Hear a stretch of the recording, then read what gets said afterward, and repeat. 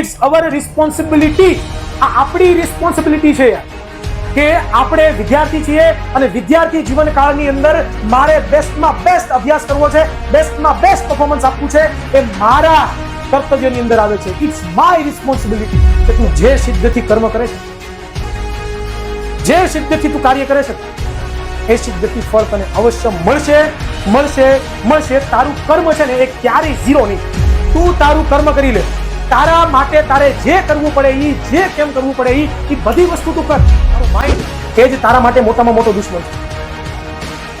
એ મન અધર્મના કાર્યો તને કરાવશે. એ મન તને છે ને એ ઘણા બધા ઊંધા વિચારો તને કરાવશે, પરંતુ એ ઊંધા વિચારોને તારે કેવી રીતે પોઝિટિવ લેવાને એ તારે વિચારવાનું છે. પરીક્ષાઓ નજીક આવે છે, એની તૈયારી પણ આપણે જોરો શોરોથી કરવાની કોશિશ કરીએ છીએ, પરંતુ કાંઈક એવું ખૂટે છે, કાંઈક એવી વસ્તુ ઘટે છે કે જેનાથી આપણે થોડાક દિવસ તૈયારી કરીએ અને પછી એ તૈયારી ધીમી પડી જાય છે અને જેનાથી આપણને ટેન્શન છે. તો કંઈક આવા જ જે તમારા પ્રશ્નો છે ને એ પ્રશ્નનું સમાધાન તમને from Mahabharata as well as Bhagavad Gita એમાંથી આપવાનું છું, કે જે તમે ફોલો કરશો તો મને જરૂરથી જણાય છે કે તમારા મનની અંદર મૂંઝવતા જે પ્રશ્નો કે જે તમે કોઈને કહી નથી શકતા, કોઈની પાસે એનું સમાધાન મળે એવું નથી, એ પ્રશ્નનું સમાધાન તમને આજના લેક્ચરમાં મળવાનું છે. તો વિદ્યાર્થી મિત્રો અંત સુધી જોડાયેલા રહેજો. નમસ્કાર વિદ્યાર્થી મિત્રો, કેમ છો બધા? મજામાં?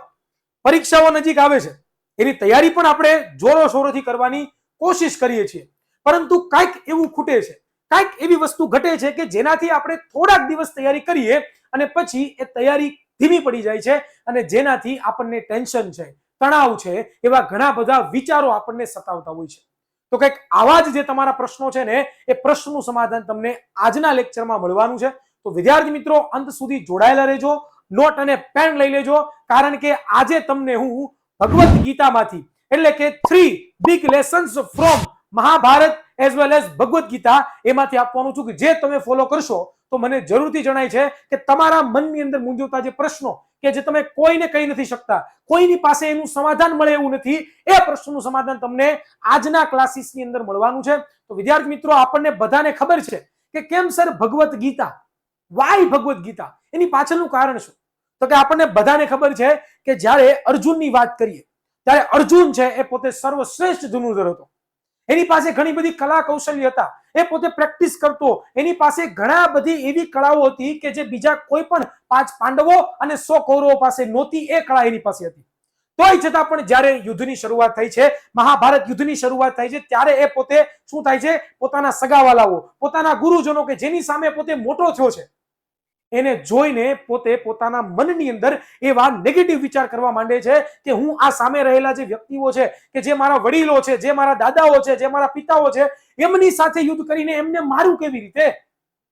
આવા જ નેગેટિવ વિચાર કરો. એક અર્જુન ધનુર્ધર કે જે તમે કહેવા જાઓ કે એની જેવો ધનુર્ધર એટલે કે ધનુષની અંદર પારંગત કોઈ ન હોઈ શકે, એની જેવો સ્ટુડન્ટ કોઈ ન બની શકે દુનિયાની અંદર, વિશ્વની અંદર. અને એમને આવા ટેન્શનો સતાવે છે. ક્યારે? તો કે પરીક્ષા સમયે. એમની આ પરીક્ષા જ છે. મહાભારતની અંદર એમની શું છે? આ તો કે પરીક્ષા જ છે. તો વિદ્યાર્થી મિત્રો, પહેલો લેસન આપણે જોવો છે, અર્જુન પાસેથી શીખવો છે. શું છે? તો કે ફર્સ્ટ લેસન ઇઝ હિયર, કે સારા માર્ક લાવવા છે એટલે વાંચવું છે એમ નહીં, પણ આ મારા વિદ્યાર્થી જીવનનું કર્તવ્ય છે એટલા માટે મારે કરવું છે. ઘણી વખત આપણે વાંચીએ છીએ શું કામ ખબર છે? આપણે તૈયારી શું કામ કરીએ? કોઈક લાલસાથી કરીએ, કંઈક વિચારથી કરીએ કે મને આ વસ્તુ મળે તો હું આ કાર્ય કરું, પરંતુ જો એ વસ્તુ ન મળે તો આપણે ઘણી વખત ડિમોટિવેટ થઈ જાય છે. જેમ કે સારા માર્ક મારે લાવવા છે એટલા માટે વાંચું છું, તો એ મોટિવેશન લાંબા સમય સુધી ટકી રહેવાનું નથી. બરોબર? તમે જોયું હતું કે ભાઈ અર્જુન છે પોતે જ્યારે યુદ્ધ કરવા જાય છે તો ત્યારે એને શું હતું કે મારા વિરોધી છે ને મારે મારવા છે, એટલો જ એનો ગોલ હતો, તો એ વચ્ચે અટકી ગયો. તો એવી જ રીતે વિદ્યાર્થી મિત્રો, સારા માર્ક લાવવા છે એટલા માટે નહીં, પણ હું વિદ્યાર્થી છું, વિદ્યાર્થીનું એક કર્તવ્ય હોય છે કે ભાઈ મારે ભણવું જોઈએ, સારો અભ્યાસ કરવો જોઈએ. આવા વિચાર જો રાખો ને કે વિદ્યાર્થી માટે શું ઇમ્પોર્ટન્ટ છે, રિસ્પોન્સિબિલિટી નામનો એક શબ્દ તમે સાંભળો છો કે ભાઈ રિસ્પોન્સિબિલિટી શું છે, બસ એ વસ્તુ શીખવાડે છે. કૃષ્ણ ભગવાન પણ જ્યારે અર્જુન નિરાશ પામી જાય છે ત્યારે એને આ જ યાદ કરાવે છે કે કર્મ કર, યુદ્ધ કર. યુદ્ધ કરવો એ જ તારો વિચાર છે. સામે તારી સામે અધર્મીઓ ઉભા છે અને એ અધર્મીઓ સામે તારે લડાઈ કરવી એ તારો ક્ષત્રિય ધર્મ છે. તો આ જ વસ્તુ આપણે શીખવાની છે યાર. બરોબર? It's our responsibility. આ આપણી રિસ્પોન્સિબિલિટી છે યાર, કે આપણે વિદ્યાર્થી છીએ અને વિદ્યાર્થી જીવનકાળની અંદર મારે બેસ્ટમાં બેસ્ટ અભ્યાસ કરવો છે, બેસ્ટમાં બેસ્ટ પરફોર્મન્સ આપવું છે, એ મારા કર્તવ્યની અંદર આવે છે. It's my responsibility. જો આવો વિચાર હશે ને તો ક્યારે પણ તમે વાંચવા બેસશો ને ત્યારે મનની અંદર આવા નેગેટિવ વિચાર આવશે ને ત્યારે બસ ભગવદ્ ગીતાનો આ ફર્સ્ટ લેસન તમારે યાદ કરવાનો અને તમારો એ પ્રશ્ન કે જે તમારી તૈયારી ધીમી પડી જાય છે, કે જે તમને ડિમોટિવેટ જેવા વિચારો આવે છે, એ વિચારો તમને આની અંદરથી મળવાના છે. આમનામ આપણા ગ્રંથોની અંદર પાવર નથી યાર. We are Hindu. આપણે બધા હિન્દુ છીએ અને આ હિન્દુ તો નહીં પરંતુ આ સર્વ માનવ જાતિ માટે આ ગ્રંથ બનેલો છે અને એની અંદરથી વિદ્યાર્થીઓના પણ પ્રશ્નો છે એ તમને મૂંઝવતા હોય એ મળે છે. તો આ થઈ ગયો આપણો ફર્સ્ટ પોઈન્ટ. હવે આવે છે આપણે સેકન્ડ પોઈન્ટ તરફ. સેકન્ડ પોઈન્ટ શું છે? સખત પુરુષ પ્રયત્ન. ડીપ વસ્તુ છે ભાઈ. તૈયારી કરવી છે, પરીક્ષાની તૈયારી કરીએ પણ છીએ, આપણને ખબર પણ છે કે વાંચવું પડશે બાકી તકલીફમાં મુકાશું, પરંતુ વચાતું નથી. જે પ્રમાણે આપણી બોર્ડના વિદ્યાર્થીની તૈયારી હોવી જોઈએ એ પ્રમાણે આપણે તૈયારી કરી શકતા નથી. એની પાછળનું જો કોઈ કારણ હોય ને તો આ છે કે તમે સખત પુરુષ પ્રયત્ન કરતા નથી અને સખત પુરુષ પ્રયત્ન તમે નથી કરતા એટલા માટે તમારા જે છે તૈયારીઓ ધીમી પડી જાય છે અને વાંચવામાં મન નથી લાગતું. તો વિદ્યાર્થી મિત્રો, ભગવદ્ ગીતાની અંદર પણ છે ને એ અર્જુનને આવા જ પ્રશ્નો સતાવે છે કે હું કેમ કરું, હું કેવી રીતે કરું, મારે નથી કરવું. આની કરતા તો લૂઝર જેવા વિચારો. લૂઝર, લાઈક અ લૂઝર. તમે જોયું છે કે લૂઝર કેવું વિચારે? નિષ્ફળ વ્યક્તિ કેવું વિચારે?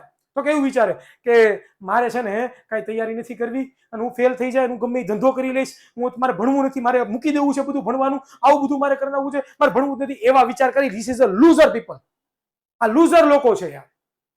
પરંતુ કૃષ્ણ ભગવાન અર્જુનને શું કહે છે કે કેમ આમ નિરાશ બેઠો છે યાર? તું તારું કર્મ કરી લે.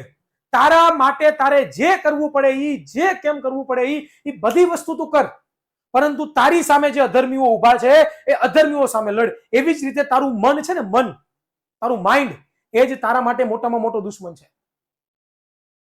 એ મન અધર્મના કાર્યો તને કરાવશે. એ મન તને છે ને એ ઘણા બધા ઊંધા વિચારો તને કરાવશે, પરંતુ એ ઊંધા વિચારોને તારે કેવી રીતે પોઝિટિવ લેવાને એ તારે વિચારવાનું છે.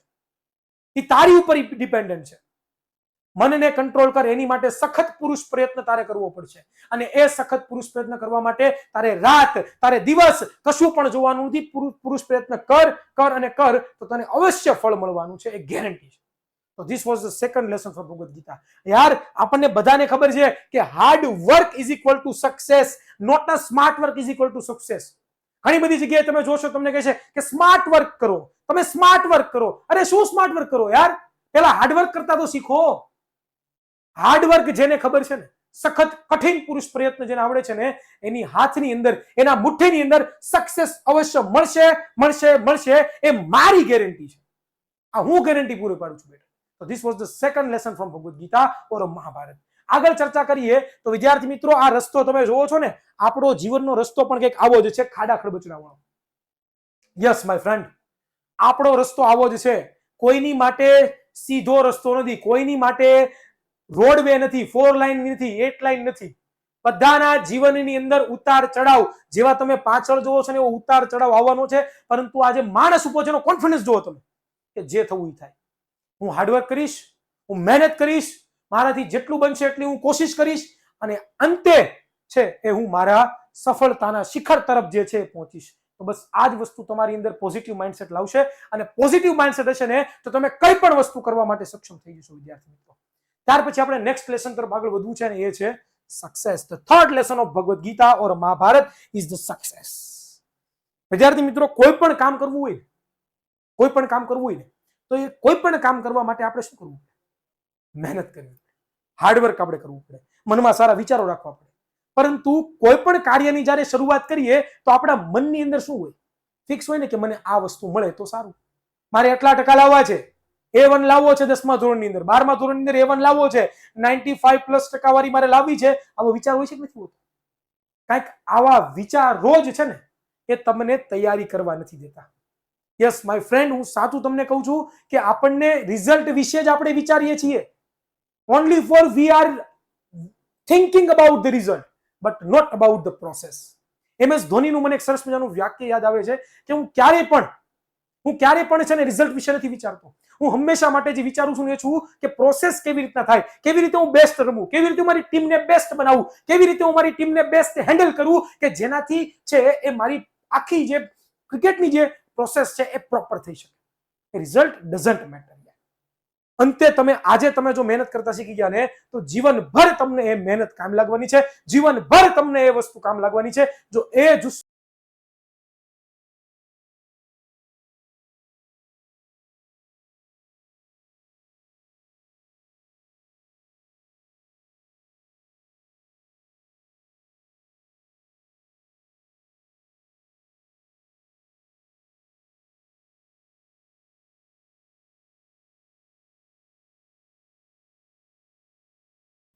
હું આ બધાને મારી દઉં, મારા વડીલોને બધાને મારી નાખું, બરોબર, અને મને સક્સેસ મળી પણ જાય તો એ શું કામની? બરોબર. ત્યારે શું શીખવાડે છે કૃષ્ણ ભગવાન? કૃષ્ણ ભગવાન ત્યારે શું શીખવાડે ખબર છે તમને લોકો? કૃષ્ણ ભગવાન એક જ વસ્તુ કહે છે કે તું જે સિદ્ધથી કર્મ કરે છે, જે સિદ્ધથી તું કાર્ય કરે છે એ સિદ્ધથી ફળ તને અવશ્ય મળશે, મળશે, મળશે. તારું કર્મ છે ને એ ક્યારેય ઝીરો નહીં થાય. એટલે કે તમે જે સિદ્ધથી મહેનત કરો છો, જે સિદ્ધથી વાંચો છો, જેટલા હાર્ડવર્કથી તમે વાંચો છો તો એ હાર્ડવર્ક તમારું ક્યારેય વેસ્ટ જવાનું નથી. ઇટ્સ ટોટલી તમને રિટર્ન પૂરેપૂરા મળવાના છે અને છે. આવું શ્રી કૃષ્ણ ભગવાન કહે છે અર્જુનને. અને ત્યારે અર્જુન છે એ પોતે કર હોસલા બુલંદ કરીને યુદ્ધ જીતે છે અને આપણને બધાને ખબર છે કે કેવી હાલત થાય છે. બસ આવા જ વિચારો આપણે પણ કંઈક રાખવાના છે. We are warriors. આપણે યુદ્ધ કરવાનું છે યાર, આપણે યુદ્ધ કરીને જીતવાનું છે યાર. કેમ તું મૂંઝાય છે? તારી સાથે વિદ્યાકુળની સરસ મજાની ટીમ છે, તારી સાથે ઘણું બધું છે યાર. કેમ તું મૂંઝાય છે યાર? કેમ મૂંઝાય છે? મૂંઝાવાની જરૂર નથી. બસ આવા જ વિચાર રાખીશ તો જરૂરથી તું જે છે એ પરીક્ષાની અંદર A1 લાવીશ, તારા સપના સાકાર કરીશ. પરંતુ આ જે બેસ્ટ મને વિચાર લાગ્યા છે કે ફ્રોમ મહાભારત ઓર ભગવદ્ ગીતામાંથી આપી શકાય, જેનાથી આપણે મોટિવેટ રહી શકીએ અને સારામાં સારું કાર્ય કરી શકીએ, અભ્યાસ કરી શકીએ. તો વિદ્યાર્થી મિત્રો, મને આશા છે કે તમને જરૂરથી આ વિડીયો ગમ્યો હશે. આ ચેનલને સબસ્ક્રાઇબ કરજો, આ વિડીયોને લાઈક કરવાનું ભૂલતા નહીં અને તમારા જેટલા પણ વિદ્યાર્થીઓ છે જેને આવા પ્રશ્નો મૂંઝવે છે એને શેર કરવાનું પણ ભૂલતા નહીં. મળીશું કોઈ નવા વિડીયોમાં. ત્યાં સુધી સર્વને જય હિન્દ, જય ભારત, ભારત માતા કી જય. Thank you so much.